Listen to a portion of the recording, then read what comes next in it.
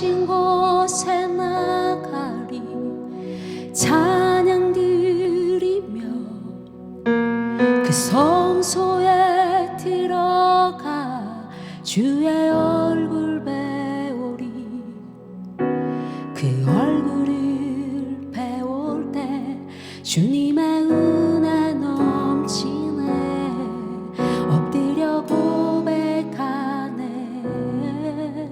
주께. 주님 계신 곳에 나가리 찬양 드리며 그 성소에 들어가 주의 얼굴 배우리. 그 얼굴을 배울 때 주님의 은혜 넘치네. 엎드려 고백하네 주님 계신 곳에. 주님 계신 곳에 나가리 찬양 드리며 그 성소에 들어가 주의 얼굴 배우리. 그 얼굴을 배울 때 주님의 은혜 넘치네. 엎드려 고백하네 주의 주여. 주의 위엄 이곳에 가득해. 전능하신 하나님 아버지 찬양받기 합당한 존귀하신 주님. 주의 위엄 이곳에 가득. 주의 위엄 이곳에 가득해. 전능하신 하나님 아버지 찬양받기 합당한 존귀하신 주님. 주의 위엄 이곳에 가득.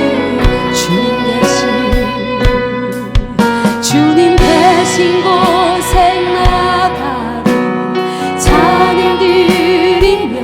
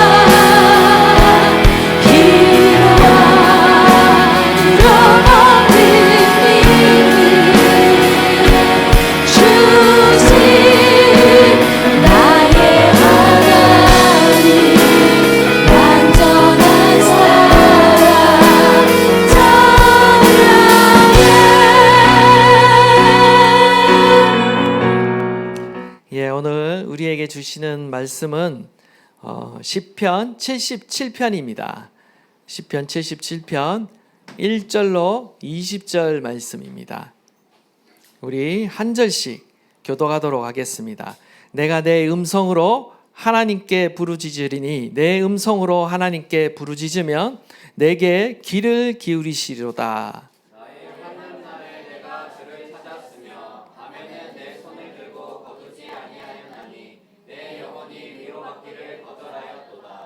내가 하나님을 기억하고 불안하여 근심하니 내 심령이 상하도다. 주께서 내가 눈을 붙이지 못하게 하시니 내가 괴로워 말할 수 없나이다. 내가 옛날 곧 지나간 세월을 생각하여 싸우며 밤에 부른 노래를 내가 기억하여 내 심령으로 내가 내 마음으로 간구하기를 주께서 영원히 버리실까? 다시는 은혜를 베풀지 아니하실까?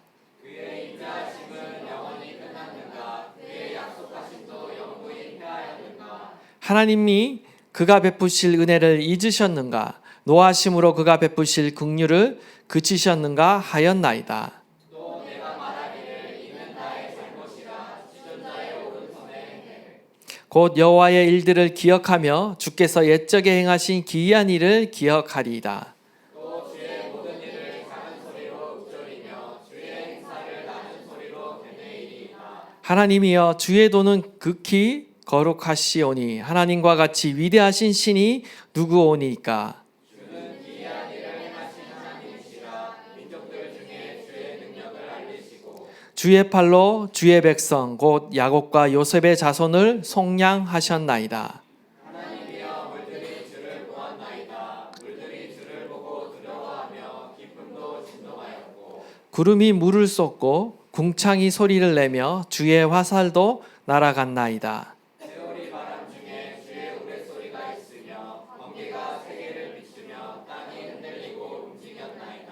주의 길이 바다에 있었고 주의 곧은 길이 큰 물에 있었으나 주의 발자취를 알 수 없었나이다. 주의 백성을 양떼같이 모세와 아론의 손으로 인도하셨나이다. 아멘. 예, 시편 77편 말씀 결코 익숙하지 않은 시편인데요. 이 시에 별명이 있습니다. 별명이 뭐냐면 바로 고난의 밤에 부르는 노래다라는 그런 별명을 가지고 있는 시편입니다. 지금 시인은요, 굉장히 캄캄한 밤중과도 같은 고난을 지금 지나고 있습니다. 그리고 그의 신앙 안에 지금 심각한 어떤 신앙적 갈등을 겪고 있는 상태입니다. 고난의 현실 가운데 지금 하나님께 탄식하며 부르짖으며 기도하고 있습니다. 무려 1절에서 9절까지 이 시편의 전반부가 탄식으로 기록되어 있습니다. 그래서 오늘 이 시편을요, 형식상 탄식시다라고 이렇게 불립니다. 그런데 시인은요, 지금 고난의 현실 가운데 탄식하며 괴로워하고 있지만 그의 신앙이 결코 탄식과 절망으로만 끝나는 것이 아니라는 것이에요. 여기서 시인은 한 걸음 더 나아가고 있습니다. 바로 믿음으로 한 걸음 더 나아가고 있다라는 겁니다. 시인은 자신이 겪고 있는 이 고난과 신앙적 갈등을 극복하고 있는데 어떻게 극복하고 있는가? 그것은 바로 과거 하나님의 그 구원의 역사를 회고하고 묵상함으로써 그 고난을 극복하고 있다라는 거예요. 저와 여러분은 오늘 이 말씀을 통해서 저와 여러분이 가지고 있는 그 고난과 또 신앙의 그 갈등을요, 극복할 수 있기를 바랍니다. 사람마다 저마다 서로 다른 시련과 고난을 겪고 있습니다. 그리고 하나님에 대해 또 내 삶에 대해 여러 가지 의문과 갈등을 갖고 있습니다. 그런데 하나님은요, 그것에 대해서 일일이 답변하시는 것이 아니라 때로는 침묵하고 계신다라는 거예요. 근데 지금 오늘 이 시인이 처한 상황도 마찬가지예요. 왜 그가 신앙적인 갈등을 겪는가? 지금 고난 중에 있는데 그 고난이 더욱 힘든 이유는 바로 하나님께서 침묵하고 계신다라는 것입니다. 이러한 사실로 인해 이 시인이 더욱 괴롭고 지금 탄식하고 있다라는 것입니다. 먼저 1절에서 3절 말씀을 보시면요, 고난의 현실에서 지금 우러나오는 탄식이 지금 나오고 있습니다. 내가 내 음성으로 하나님께 부르짖으리니, 지금 내 음성으로 지금 하나님께 부르짖는다라는 이 말이요, 반복해서 지금 사용되고 있어요. 1절을 보시면 내 음성으로 하나님께 부르짖으리니, 내 음성으로 하나님께 부르짖으며, 지금 하나님께 부르짖는다, 내 음성으로 부르짖는다는 말을요, 시인이 반복해서 말하고 있습니다. 이것은 무엇을 말합니까? 반복해서 말한다라는 것은요, 우리가 흔히 말하는 강조의 의미를 갖고 있는 것입니다. 무엇을 강조하고 있습니까? 두 가지를 강조하고 있습니다. 첫 번째는요, 바로 기도의 대상이 하나님이라는 사실을 지금 강조하고 있고요. 또 하나는요, 지금 시인 자신의 부르짖는 음성을 강조하고 있는 것입니다. 부르짖다에 해당되는 히브리어가 차인데, 한마디로 소리를 높이다, 소리를 높여 부르짖다라는 그런 의미를 가지고 있습니다. 지금 시인은 반복해서 자신의 목소리를 높여서 하나님께 부르짖고 있는 상태인 것입니다. 이러한 부르짖는 기도에 하나님께서 귀를 기울이시고 응답하실 것이다 라고 지금 1절부터 지금 선언하고 있습니다. 여러분, 부르짖는 기도에 능력이 있는 줄 믿습니다. 하나님께서는요, 우리 한민족 가운데 기도의 영성을 주셨는데, 그것은 바로 부르짖는 기도, 통성 기도의 능력을 주셨습니다. cry out 하는 기도인 것이죠. 이 통성 기도는요, 성경적인 기도입니다. 전심의 기도예요. 탄식하는 기도입니다. 이성으로만 하는 기도가 아니라 감정과 의지를 다하여 하는 기도이다라는 거예요. 내게 귀를 기울이시로다. 하나님께서 지금 이 기도에 귀를 기울이신다라는 거예요. 우리가 전심으로 하나님께 부르짖어 기도할 때 하나님은 우리의 기도 소리에 귀를 기울이신다라는 것입니다. 하나님께서는 우리의 부르짖는 음성을 외면하는 것이 아니라 주의 깊게 들으시고 응답하신다라는 겁니다. 주님은요, 들으시는 분입니다. 들으시는 분이 계십니다. 들으시는 대상이 우리에게는 있는 거예요. 그분은 우리의 소리에 민감하게 반응하십니다. 주의 깊게 들으시는 분이세요. 저와 여러분이 주님 앞에 드린 기도는요, 결코 땅에 떨어지지 않습니다. 여러분이 주님 앞에 내뱉은 기도, 무심코 내뱉은 그 기도의 소리도 결코 공중으로 사라지지 않습니다. 허무한 소리가 아니에요. 허공에 외치는 혼잣말, 독백이 아니라는 거예요. 우리는 하나님께 때로는 기도하지만 하나님이 느껴지지 않고, 때로는 하나님의 부재가 있는 것처럼, 하나님이 들으시지 않는 것처럼 우리의 감정이 느껴질 때가 많이 있지만, 그럼에도 불구하고 우리의 목소리는, 하나님을 향한 우리의 외침은요, 결코 헛되지 않다라는 것입니다. 우리는 소리를 내어 기도해야 합니다. 목소리를 높여야 되는 거예요. 여러분의 소리에 여러분의 인격을 담고, 여러분의 감정을 담고, 여러분의 의지를 담아 기도해야 한다라는 겁니다. 예를 들어 우리가 언어를 공부하잖아요. 영어를 공부한다라고 한번 상상해 보십시오. 여러분이 공부를 할 때, 특히 언어를 공부할 때 문자로만 공부하고 눈으로, 머리로만 공부한다면 어떻습니까? 우리는 독해를 할 수 있을지는 모르겠지만 말할 수는 없는 거예요. 의사소통은 불가능해요. 언어는 말로, 소리로 표현될 때 그제서야 제대로 기능을 하는 것입니다. 때로는 우리가 기도를요, 묵상으로 할 수도 있고 침묵으로 할 수 있지만, 성경이 말하고 있는 기도는요, 바로 소리로 표현되어야 하는 것입니다. 우리가 하나님께 예배하잖아요. 예배한다, 찬양한다, 기도한다 라는 것은요, 본질상 소리로 표현되는 것입니다. 우리의 목소리를 높여야 하는 거예요. 표현되지 않는 것은 어떤 의미로 보면요, 기도가 아닐 수 있고 찬양이 아닐 수 있습니다. 표현되지 않는 신앙, 표현되지 않는 믿음, 그것이 어찌 믿음이라고 말할 수 있겠습니까? 우리가 하나님을 믿는다면, 하나님이 우리의 기도를 들으신다는 사실을 우리가 안다면, 우리는 적극적으로 주님 앞에 표현해야 한다는 거죠. 찬양과 예배도 마찬가지인 것입니다. 우리가 때로는요, 우리가 찬양을 침묵 가운데 찬양을 할 수가 있어요. 그러나 우리가 주님 앞에 찬양할 때는요, 우리의 입술을 벌려 찬양해야 되는 것입니다. 때로는 박수치고 때로는 일어나서 우리의 몸과 마음과 생각과 모든 것이 전심으로 하나님 앞에 나가야 된다는 거죠.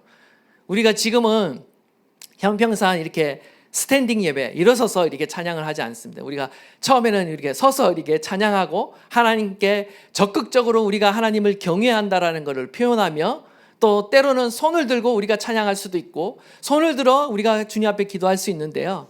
이 천장이 낮다 보니까 다 스탠딩으로 다 서게 되면 이 앞에 자막이 안 보이더라고요. 그래서 어쩔 수 없이 우리가 앉아서 우리가 찬양하고 예배하고 있지만 우리의 마음은요, 하나님을 향해 전심을 향해야 되는 것입니다.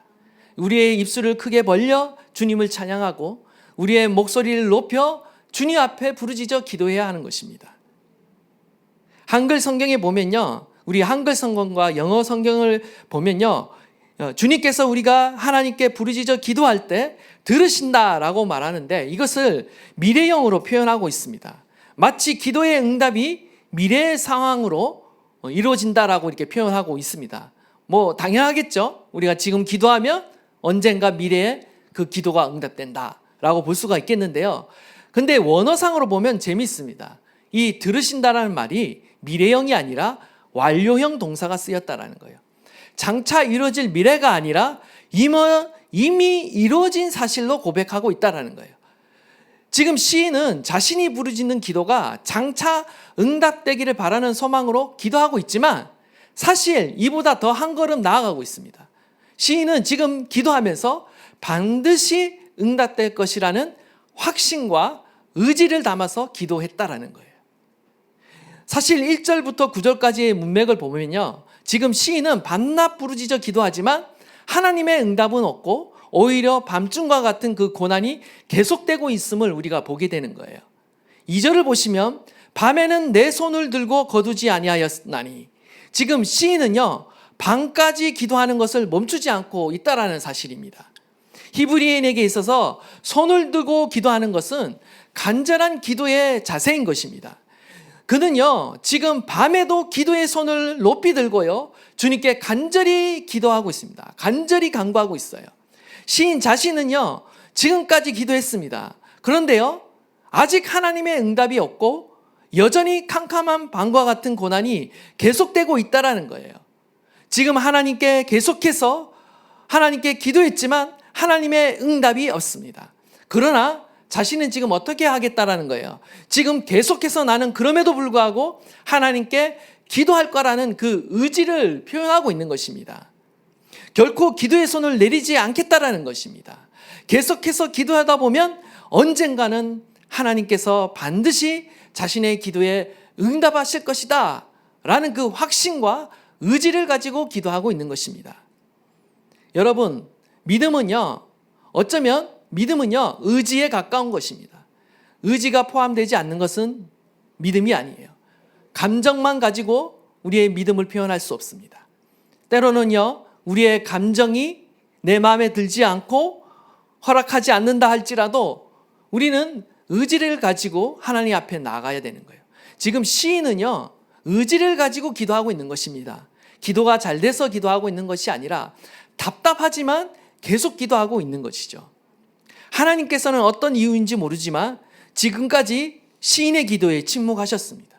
대부분의 사람들은요 기도에 대한 응답이 속히 임하지 않으면 결국 실망을 하게 되어 있습니다. 낙심하게 되어 있습니다. 그리고 여기서부터 신앙의 갈등이 시작하는 거예요. 시인도 지금 신앙의 갈등이 시작됐어요. 지금 고뇌 가운데 빠져 있는 겁니다. 그런데 7절과 9절을 보시면 더욱 잘 알 수 있죠. 하나님의 침묵 가운데 지금 갈등을 겪고 있어요. 주께서 영원히 버리실까? 다시는 은혜를 베풀지 아니하실까? 그의 인자심은 영원히 끝났는가? 그의 약속하심도 영구히 패하였는가? 하나님의 그가 베푸실 은혜를 잊으셨는가? 혹시 노하심으로 인해 그가 베푸실 긍휼을 그치셨는가? 지금 그가 이렇게 말하고 있는 거예요. 심각한 위기 가운데 빠진 것이죠. 지금 그의 마음은 온갖 불안과 근심 그리고 의심이 사로잡고 있다라는 것입니다. 시인은 지금까지 불안과 근심과 두려움 가운데, 특별히 의심 가운데 지금 빠져 있는 것입니다. 자신의 고난과 그리고 하나님의 침묵 앞에서 하나님께서 자신을 버리신 것이 아닌가라는 그 의심 가운데, 갈등 가운데 지금 심각하게 빠져 있다라는 것이죠. 이러한 갈등과 의심은요, 어쩌면 당연한 것입니다. 아무리 믿음이 견고한 사람이라 할지라도 우리가 시인과 같은 이 절망적인 상황 가운데 처하게 되고, 또한 내가 거듭 기도했음에도 불구하고 하나님의 대답을 듣지 못한다면 우리는요, 이러한 상태 가운데 쉽게 빠질 수 있는 것입니다. 쉽게 의심하고 갈등에 빠질 수 있는 것이죠. 여러분이 잘 아시는 욥도 마찬가지죠. 하나님께서 인정하는 의인이었어요. 의로운 사람이었어요. 그럼에도 불구하고 그가 큰 낙심 가운데 하나님을 의심했습니다. 하나님에 대한 어떤 근본적인 의심했다고 해서 이 욥이 하나님에 대한 어떤 근본적인 신앙을 버리거나 하나님을 욕하지는 않았지만, 이해할 수 없는 고난이 계속 지속되니까 그가 결국에는 하나님의 공의로우심을 의심하기 시작했고요. 또한 하나님을 원망하는 상태까지 이르게 됩니다. 그런데 그가 그럼에도 불구하고, 그런 상태에 빠졌음에도 불구하고 그가 포기하지 않은 단 한 가지가 있었는데, 그것은 무엇인가? 바로 계속해서 하나님께 질문을 했다라는 거예요. 계속해서 질문을 했습니다. 질문을 포기하지 않았어요. 하나님께서 한마디도 응답하지 않으셨지만 그는 계속해서 하나님께 기도하는 자세를 포기하지 않았다라는 거예요. 여러분, 원망도요, 하나님께 토로하면요, 기도가 되는 것입니다. 우리가요, 의심이 있어도요, 그것을 하나님께 표현하면 기도가 되는 거예요. 불안과 염려를 그대로 방치하면 안 됩니다. 그것을요, 주님 앞에 가져가야 되는 거예요. 주님 앞에서 불평하는 거, 주님 앞에서 걱정하는 거, 주님 앞에서 원망하는 거, 나의 믿음이 연약한 것 같지만 그 연약함마저도 주님 앞에서 표현하면요, 기도가 되는 것입니다. 기도에 있어서 가장 중요한 자세는요, 바로 끈질김이에요. 끈질김. 하나님의 응답이 속히 없다라고 해서 부르짖기를 포기하면 안 된다라는 거죠. 기도는 하나님의 응답이 있기까지 끈질기게 해야 하는 것이 바로 기도라는 거예요. 우리가 지난 시간에도 우리 한번 살펴봤죠. 야할이라는 단어를 통해서 기도의 응답의 비결 뭐라고 그랬습니까? 응답 받을 때까지 기도하면 응답된다. 100% 기도 응답 받는 비결이라 했죠. 이게 무슨 비결이냐라고 말할 수 있지만 그렇지 않습니다. 우리가 계속 기도하면 결국 응답되게 되어 있어요. 작은 소리로 기도했을 때 응답이 없으면 더욱 큰 소리로 기도하면 되는 거예요. 하루 기도했는데 응답되지 않았다. 낙심하지 마십시오. 일주일 기도하면 되고요. 일주일 기도했는데 응답되지 않았다. 한 달 기도하면 되고요. 한 달 기도해서 되지 않았다. 몇 개월 더 기도하면 됩니다. 언젠가는 응답돼요. 오래 가지 않습니다. 주님은 끈질긴 기도의 중요성에 대해서 교훈하시는데, 누가복음 보면 불의한 재판관과 과부의 비유를 들어서 이 끈질긴 기도를 비유로 설명하십니다. 어떤 도시에 하나님을 두려워하지 않고 사람을 무시하는 불의한 재판관이 있었습니다. 그러한 자에게 한 과부가 찾아가서 자신의 원한을 풀어달라고 이렇게 간청하기 시작하는 겁니다. 호소하기 시작하는 거예요. 그러나 이 재판관은 불의한 재판관이었어요. 과부의 탄원을 결코 들어주지 않았습니다. 하지만 과부는요, 여기서 낙심한 것이 아닙니다. 실망하지 않고 날이면 날마다 그 재판관을 찾아가서 호소하였어요. 그러자 불의한 재판관이 더 이상 귀찮아서 견딜 수 없는 거예요. 그래서 할 수 없이 과부의 소원을 들어줍니다. 예수님은 이 비유 끝에 말씀을 하시는데, 누가복음 18장 7절 8절입니다. 우리 다 함께 한번 읽도록 하겠습니다. 시작. 원한을 풀어주지 아니하겠시 그들에게 오래 참으시겠느냐? 내가 너에게 이르노니 속히 그 원한을 풀어주시리라. 그러나 인자가 올 때에 세상에서 믿음을 보겠느냐 하시니라. 아멘. 우리가요, 포기하지 않는 기도, 끈질긴 기도만이 하나님의 응답을 누릴 수 있는 비결인데, 특별히 하나님께서 이 비유를 말씀하시는 문맥은요, 인자가 다시 오실 때입니다. 한마디로 마지막 종말의 때를 염두에 두고 이 말씀을 가르치고 있는 거예요. 무슨 말이냐? 마지막 시대가 가까이 올수록요, 사람들은요, 기도하지 않는다는 거예요. 사람들은 믿지 않는다라는 거예요. 그리고 믿기 어려운 시대가 오고 기도하기 어려운 시대가 온다라는 것을 경고하고 있는 것입니다. 우리는요, 마지막 때가 가까울수록요, 우리는 먹고 사는 문제로 인해 더 바쁘고 분주할 거예요. 믿기가 더 어려워지는 것이죠. 그리고 우리를 유혹하는 세상의 문화의 영향력은 더 커질 것입니다. 어쩌면 믿는 자들을, 교회를 핍박하는 세상의 그 세력은 더욱 커질 것입니다. 사람들이 더 이상 기도의 능력을 신뢰하지 않을 거예요. 더 이상 믿음이 없어서 기도하지 않는 시대가 올지도 모르겠어요. 그리고 심지어 하나님을 박해하고 믿는 자들을 박해하는 그 박해가 더 심해져서 우리가 견딜 수 없는 그런 시대가 올지도 모르겠어요. 인자가 올 때 세상에서 믿음을 보겠느냐? 이 믿음은 어떤 믿음을 가리킵니까?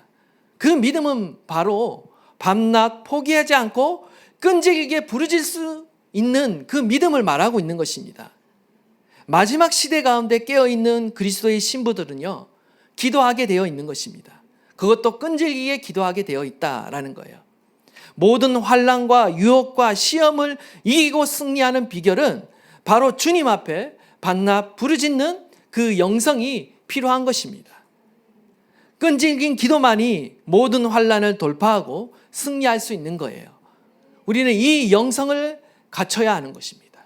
마지막 시대가 가까울수록 거룩한 그리스도의 신부된 교회는 주님 앞에서 인내함으로 끈질김으로 기도할 수 있는 이 능력을 갖춰야 하는 거예요.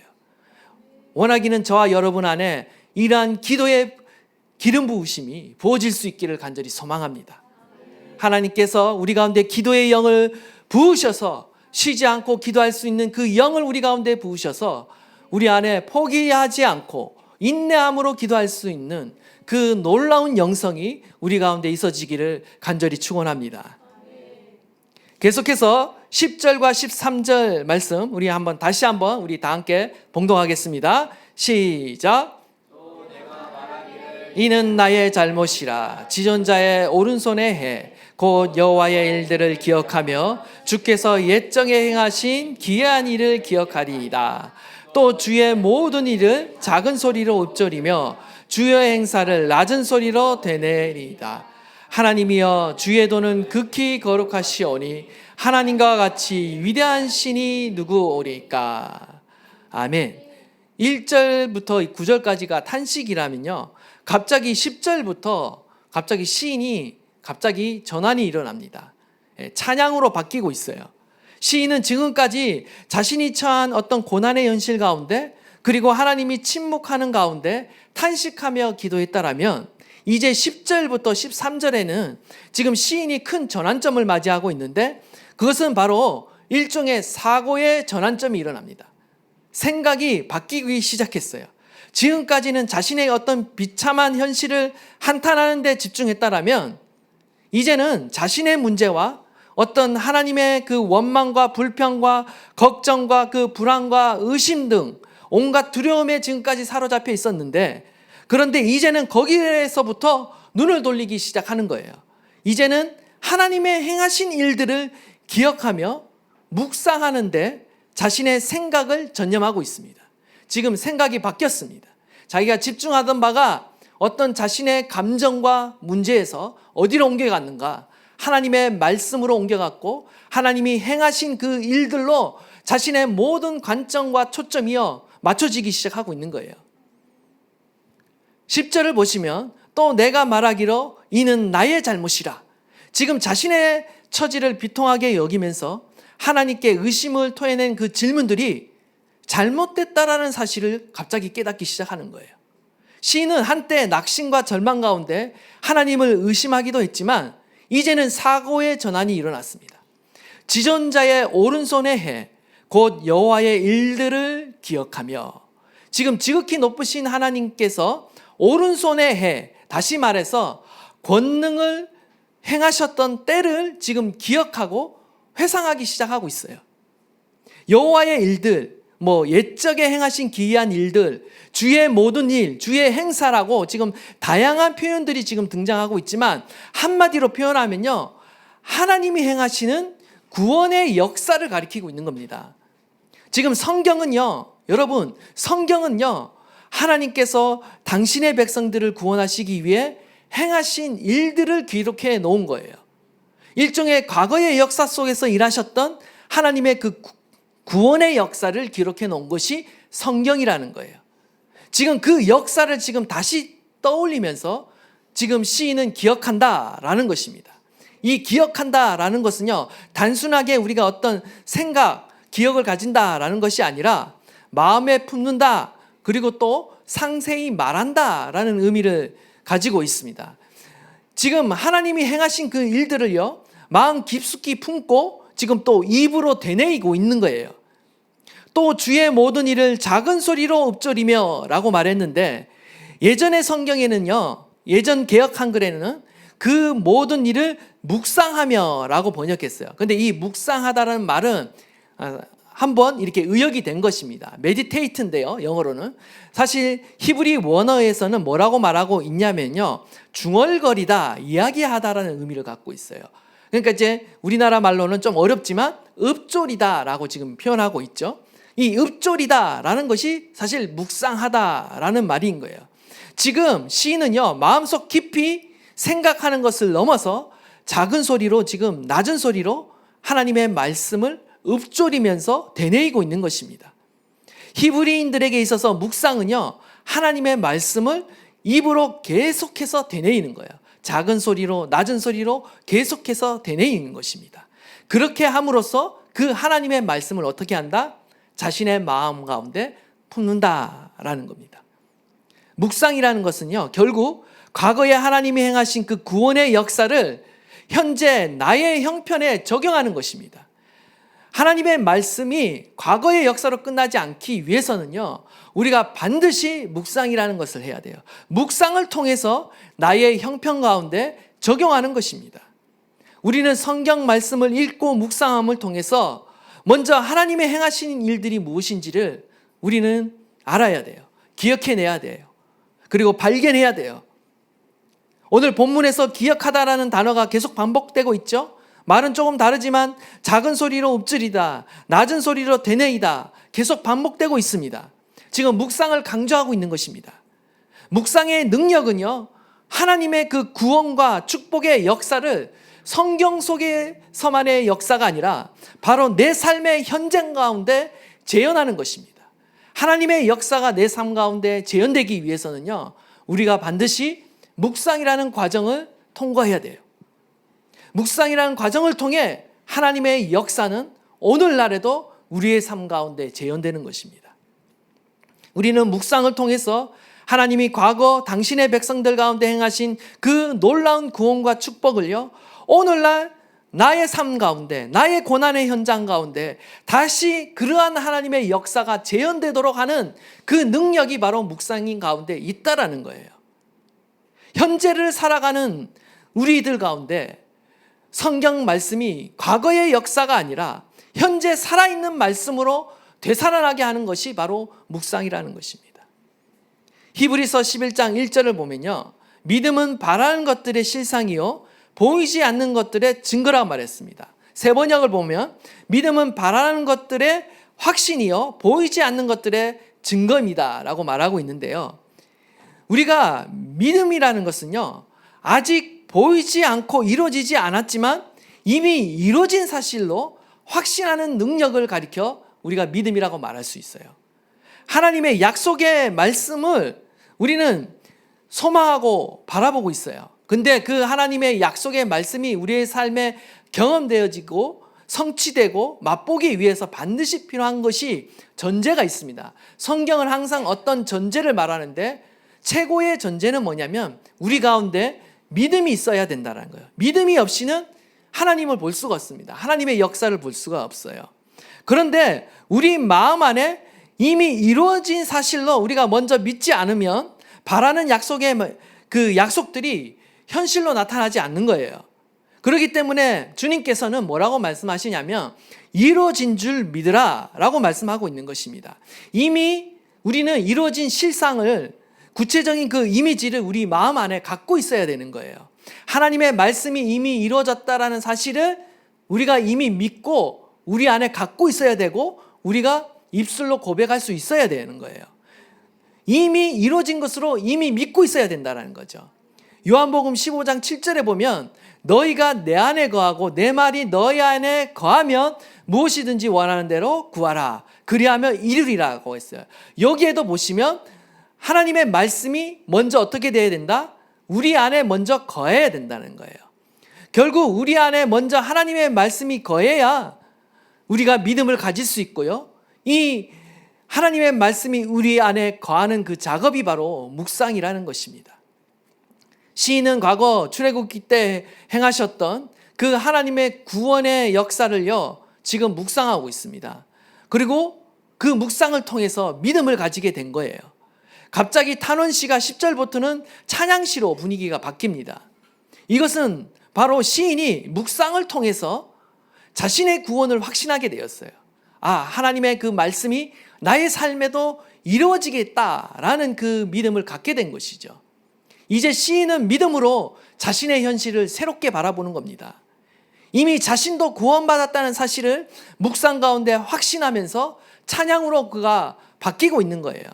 13절에 하나님이여 주의 도는 극히 거룩하시오니 하나님과 같이 위대한 신이 누구오리까. 시인은 지금 하나님을 묵상하는 가운데 하나님의 위대하신, 하나님의 크신 능력을 다시금 발견하게 되었습니다. 깨닫게 되었습니다. 하나님같이 완전하시고 기이하고 놀라운 일을 행하시는 분은 없다라는 사실을 지금 믿음으로 깊이 고백하고 있는 겁니다.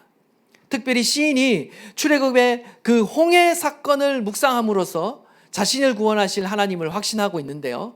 16절에서 18절을 보시면 하나님을 백성을 구원하시는 하나님의 권능이 나타나고 있습니다. 물들이 주를 보았다라고 말하는데 지금 물들이 하나님을 보았다, 물들이 주를 보고 두려워하였다라고 지금 말하고 있어요. 여기서 보았다라고 말하는데 이거는 단순히 우리가 눈으로 보는 것을 의미하는 것이 아니라 어떤 대상에 대한 본질과 실체를 알아봤다는 거예요. 지금 물들이 하나님을 보았다라는 것은요, 물들이 하나님의 실체, 하나님의 그 위대하신, 하나님의 그 크신 능력을 알아보고 두려워서 지금 스스로 물러나갔다는 거예요. 스스로 갈라졌다는 거예요. 지금 바닷물조차도 하나님의 크신 권능을 알아보고 그 주님 앞에 철저하게 복종하고 있는 것입니다. 고대 근동의 신화에서 바다라는 것은요, 얌은 바로 인간이 정복할 수 없는 어둠의 세력을 상징했습니다. 지금 이 시인을 공격하고 있는 어둠의 세력, 시련과 고난과 환난을 가져다주는 그 어둠의 세력은, 그 바다의 세력은요, 어둠의 세력조차 그 하나님의 권능과 위대하심 앞에는 두려워 떨며 떠나갈 수밖에 없다라는 거예요.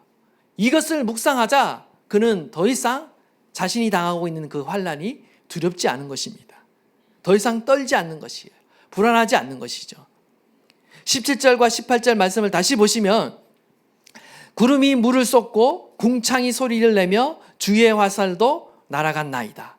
회오리 바람 중에 주의 우레소리가 있으며 번개가 세계를 비추며 땅이 흔들리고 움직였나이다. 지금 이 궁창의 소리는 천둥을 의미합니다. 그리고 주의 화살은 번개를 의미하는 거예요. 천둥과 번개가 지금 치고 있는데 바로 하나님의 크신 능력, 그리고 하나님의 심판을 상징하는 거예요. 하나님께서 출애굽 당시에 애국 군대가 이스라엘 자손을 추격해 오며 쫓아왔을 때 어떻게 했는가? 바로 불기둥과 구름기둥으로요, 그 사이를 가로막았습니다. 그래서 더 이상 그 이집트의 군대가 이스라엘을 쫓지 못하도록 하나님께서 그 사이 가운데 두려운 그 영광을 드러내시고 그들을 막아서심으로 인해서 이스라엘 백성들을 보호하셨어요. 지금 하나님께서 크신 능력으로 하나님의 백성을 보호하고 계신다, 구원하신다라는 것을 보여주고 있는 것입니다. 하나님께서는요, 과거뿐만 아니라 오늘날에도 하나님은 크신 능력으로 저와 여러분을 보호하고 계신 줄 믿습니다. 이 불기둥, 구름기둥이라는 것은요, 오늘날로 말하면 성령의 임재를 상징하는 거예요. 오늘날에는 눈에 보이지 않지만 그 성령의 불이 저와 여러분을 인도하고 있고 보호하고 계신다라는 거예요. 이것은 어떻게 확신할 수 있는가? 바로 묵상을 통해 이 시인은 확신을 갖게 되었다라는 거죠. 오늘날 눈에 보이는 이 구름과 불기둥은 우리 가운데 없지만 살아계시는 하나님, 보이지는 않지만 우리 안에 계신 그 성령의 임재가 나의 삶을 보호하고 계신다, 나의 삶을 인도하고 계신다, 우리는 동일하게 고백할 수 있다라는 거예요. 우리도 확신을 가질 수 있다라는 겁니다. 19절에서 20절 보십시오. 주의 길이 바다에 있었고 주의 고든 길이 큰 물에 있었으나 주의 발자취를 알 수 없었나이다. 주의 백성을 양떼같이 모세와 아론의 손으로 인도하셨나이다. 지금 어떤 것을 지금 고백하고 있습니까? 지금 홍해를 가르시는 그 사건을 고백하고 있는 거예요. 사실 시인이 처한 상황이 지금 이 출애굽 백성들이 지금 처한 상황과 지금 유사합니다. 앞뒤로 가로막혀 있는 상황이에요. 절망적인 상황이에요. 앞으로도 갈 수도 없고 뒤로 물러날 수도 없는 그 절망적인 상태가 지금 바로 시인의 상태라는 거죠. 사실 여러분이 근동 지역의 어떤 그 지도를 보시면 아시겠지만 이스라엘이 원래 거주하고 있었던 그 이집트 땅으로부터 가나안 땅으로 가는 길은 사실 여러 가지 길이 있었습니다. 그 당시 성경에는 그러한 길 가운데 가장 가까운 길이 바로 어떤 길이냐, 블레셋 사람의 땅의 길로 갈 때 가장 빠른 길이고 가장 쉽고 간단한 길이었다라고 말하고 있어요. 바로 지중해 연안을 따라가 올라가는 길인 거죠. 직선거리인 거죠. 이집트로부터 가나안 땅까지. 근데 하나님은요, 의도적으로 그 길 가운데로 인도하지 않았어요. 그리고 오히려 의도적으로 둘러가는 길을 선택하셨습니다. 홍해 광야 길로 이스라엘 백성을 인도하셨어요. 그때부터 이스라엘 백성들이 어떻게 하느냐? 불평과 불만을 토로하기 시작해요. 아니, 이해할 수 없는 거예요. 하나님이 인도하시는 길이 도대체 우리를 어디로 인도하시는지 이해할 수 없고, 또 그 길이 쉬운 길이 아니야. 그리고 먼 길이야. 삥삥 둘러가는 길이야. 그러니까 어떻게 해요? 불평과 불명을 토로하는 것이죠. 결국 그들이 도착을 했어요. 우여곡절 끝에 40년 만에 홍해 바다 앞에 도착했어요. 하나님의 인도하심을 따라가서 도착해 보니 어떻습니까? 아니, 더 이상 길이 없는 거예요. 완전 길이 끝난 거예요. 그리고 뒤에는 이집트 군대들이 쫓아오고 있는 것입니다. 그 순간 그들이 또 불평, 불만하기 시작하는 거예요. 모세를 원망하기 시작하는 거예요. 그 순간에 모세가 말합니다. 출애굽기 14장 13절에 모세가 백성에게 이르되 너희는 두려워하지 말고 가만히 서서 여호와께서 오늘 너희를 위하여 행하시는 구원을 보라 라고 말씀하고 있어요. 너희가 오늘 본 애국 사람을 영원히 다시 보지 아니하리라. 모세가 지금 하나님의 의지하여서 담대한 믿음을 선포하죠. 하나님 두려워하지 말고 가만히 서서 하나님이 행하신 그 구원의 역사를 보라는 거예요. 그리고 어떤 일이 일어납니까? 모세가 하나님의 명령대로 지팡이를 들고 손을 바다 위로 내밀자 어떻게 됩니까? 인간이 한 번도 상상하지 못한 일이 벌어지는 거예요. 인간이 어떤 그 상상을 초월하는 하나님의 역사가 일어난 겁니다. 바로 하나님께서는요, 전에 보이지 않던 그 길을 바다 한가운데 내시는 겁니다. 하나님께서는 홍해를 가르심으로 바다 가운데 길을 내십니다. 이스라엘 백성들로 하여금 그리고 그 마른 땅을 걸어가게 하셨어요. 오늘날에도 마찬가지입니다. 우리가 하나님의 계획과 뜻을 다 이해할 수 없어요. 그러나 분명한 사실은요, 하나님께서 우리를 인도하고 계신다라는 거예요. 때로는 우리 앞에 길이 보이지 않고 장애물이 막혀 있다 할지라도 하나님께서는요, 우리를 가장 선한 길로, 최선의 길로 지금도 인도하고 계십니다. 여러분, 이러한 사실을 믿을 수 있기를 바랍니다. 우리가 우리 앞에 홍해가 가로막는다 할지라도 하나님은 그 홍해조차도 가르시고 길을 내실 수 있는 분이에요. 주님은 우리에게 그것을 가르치고 있는 것입니다. 하나님은 길이 없는 광야에도 길을 내실 수 있고요. 하나님은 물이 없는 사막에도 강을 내실 수 있는 분이에요. 하나님은요, 바다 속에도 길을 내실 수 있고요. 심지어 바다 위로도 걷게 하실 수 있는 분인 겁니다. 길이 없다라는 것은 하나님에게 전혀 문제가 되지 않아요. 하나님은 예상치 못한 길로 저와 여러분을 인도하고 계십니다. 그 길을 예비하고 계십니다.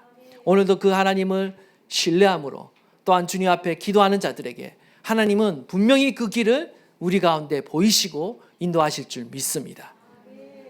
그러기 위해 우리는 끈질긴 기도가 필요하고요. 하나님 앞에서 묵상함이 필요한 것입니다. 원하기는 저와 여러분의 삶 안에 그 끈질긴 기도와 묵상으로 인해 하나님을 새롭게 발견하고 하나님을 신뢰함으로 하나님의 그 예비하신 길을 걸어갈 수 있는 저와 여러분 되시기를 간절히 축원합니다.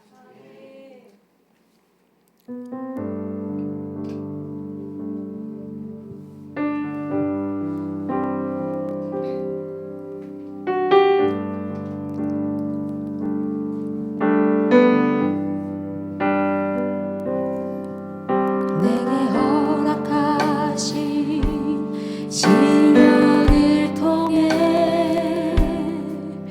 나의 믿음 더욱 강하게 자라나고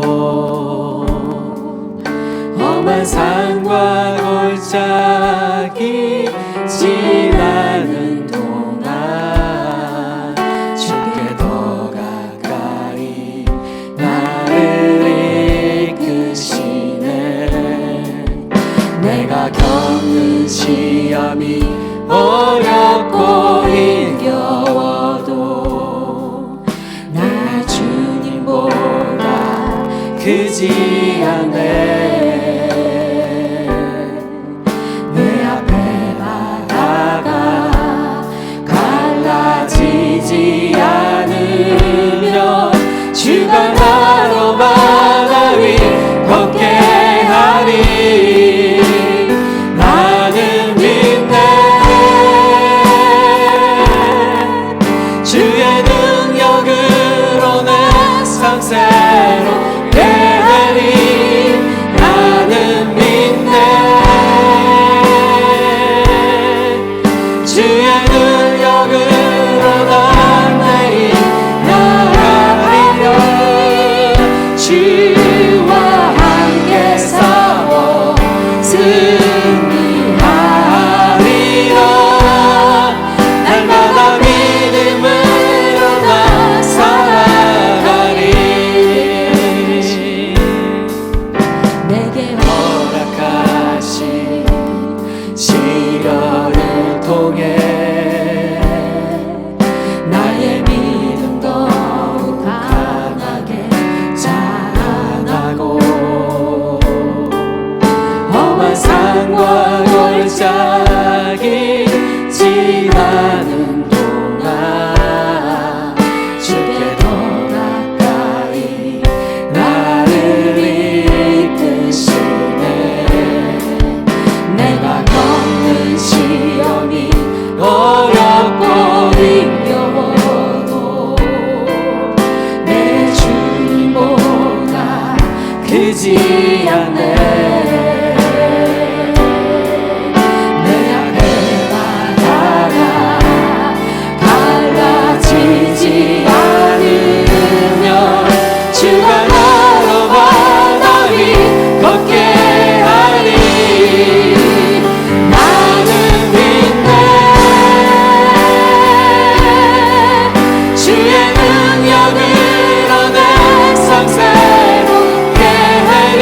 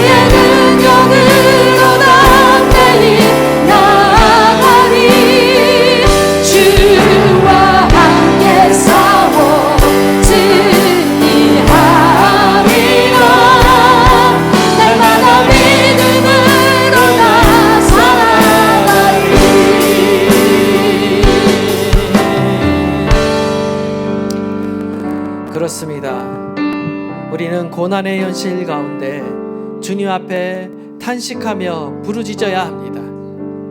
때로는 하나님의 응답이 지연되고 때로는 하나님이 침묵하는 것 같지만 그러한 상황 가운데도 우리는 여전히 주님 앞에 우리의 목소리를 높여야 하는 것입니다.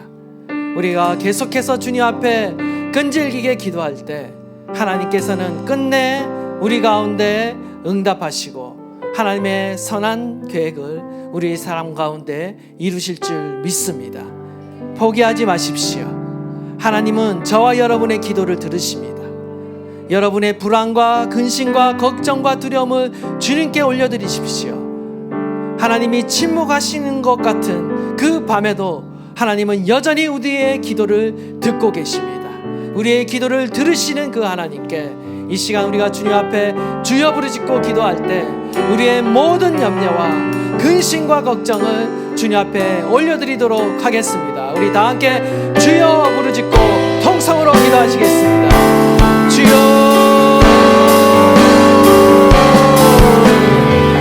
예, 주님 들었습니다. 주님 앞에 하나님 우리의 마음을 토로하며 기도하며 하나님 우리의 기도는 결코 땅에 떨어지지 아니하는 줄 믿습니다. 하나님 아버지, 하나님 응답이 더디겠다 할지라도 캄캄한 밤이 계속된다 할지라도 하나님은 그 밤에도 우리의 기도를 들으시고 응답하시며 우리를 보호하시며 인도하시는 줄 믿습니다. 하나님을 신뢰합니다. 하나님을 기대합니다. 여전히 하나님 내가 노래합니다. 내가 여전히 주 앞에 부르짖습니다. 하나님 아버지, 우리의 삶의 불안과 걱정과 염려와 두려움 하나님 그 모든 의심 가운데 하나님 앞에 계속해서 부르짖을 수 있는 그 기도의 영을 허락하여 주십시오. 그 믿음을 우리 가운데 허락하여 주십시오. 하나님의 응답하실 때까지 포기하지 않는 그 믿음의 영성을, 그 기도의 영성을 우리 가운데 부어 주시옵소서. 부어 주시옵소서. 부어 주시옵소서. 하나님 아버지, 우리 가운데 기도의 영을 부으소서.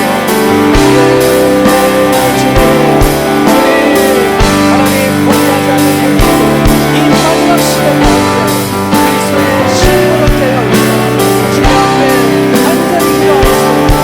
하나님 그 영성이 우리 가운데 부어지지어다, 부어지지어다, 부어지지어다. 예스, 그렇습니다.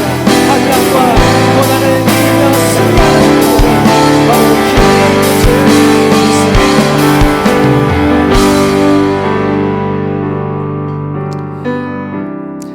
묵상의 능력은요, 하나님의 그 구원과 축복의 역사를요 내 삶의 현장 가운데로 가져올 수 있는 능력인 것입니다. 내 삶 가운데 다시 재현하는 능력인 것입니다. 하나님의 말씀을 묵상하십시오. 하나님의 말씀을 기억하십시오. 날마다 주의 말씀을 입으로 되새기십시오.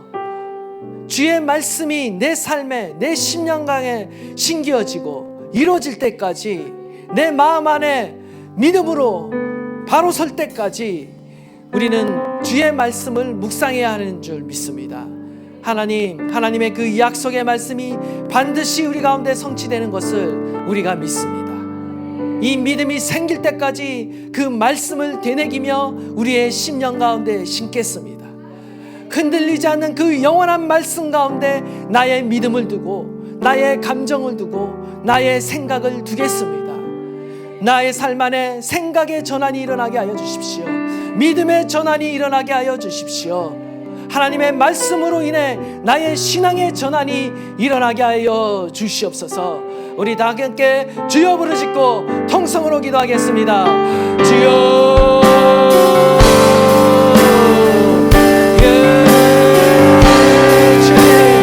주의 말씀을 신뢰합니다. 하나님의 말씀을 신뢰합니다. 날마다 주의 말씀을 입에 새깁니다. 하나님의 그 말씀이 나의 심령 안에 믿음으로 역사할 때까지 그 말씀을 내가 붙듭니다. 오늘도 살아계신 하나님 오늘도 능력으로 역사하시는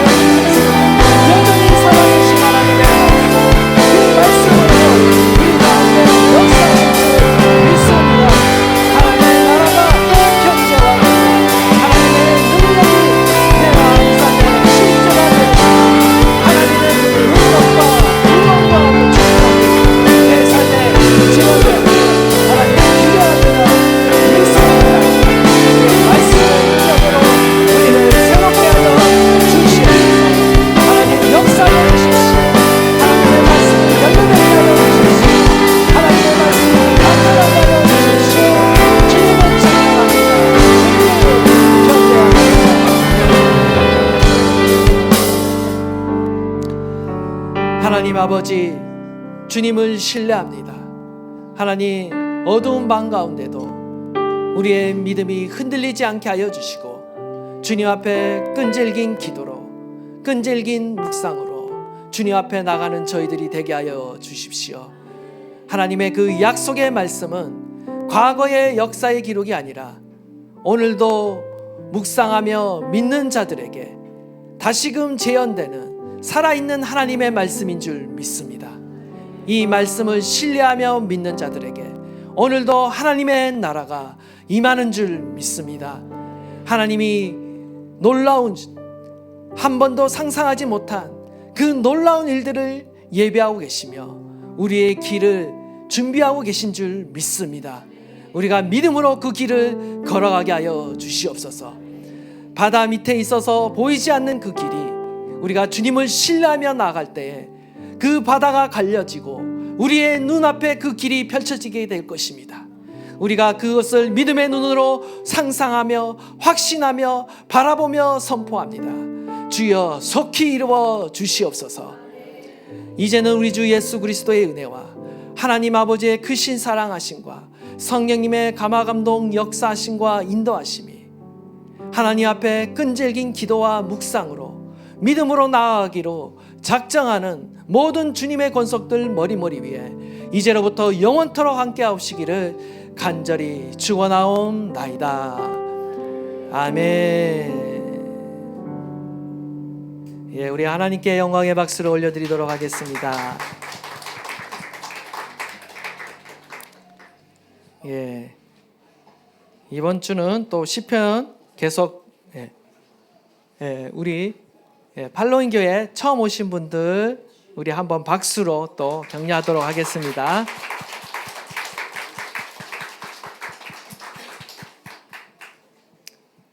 예, 리딩 지저스 우리 성경 통독 계속되고 있는데요.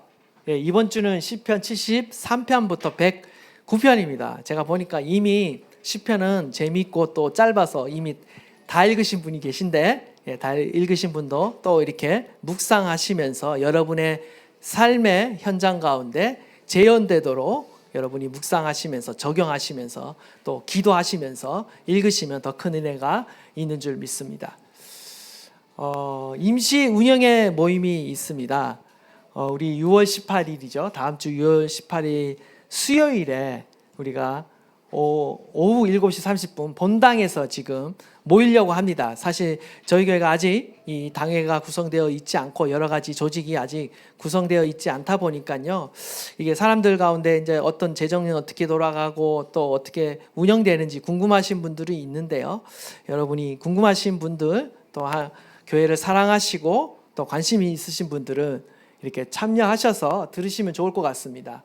서리집사 이상이고 우리가 등록한 지 1년 이상 되시는 분들을 대상으로 했고요. 지금까지 재정과 운영이 어떻게 사용됐는지에 대한 중간 보고를 좀 드리려고 하고요. 그리고 함께 고민을 나누고 또 교회 사역들과 반향들을 또 듣고 또 함께 나누는 시간을 가지려고 합니다. 제대로 된 재정 보고는 우리가 또 연말에 재직회를 통해서 또 이렇게 보고하려고 하고 있습니다. 못 들으신 분들은 그때 또 들으시면 되고요. 이거는 또 임시 운영회로 모이니까요. 여러분 관심을 갖고 또 오셔서 들으시면 되겠습니다. 예, 이상입니다.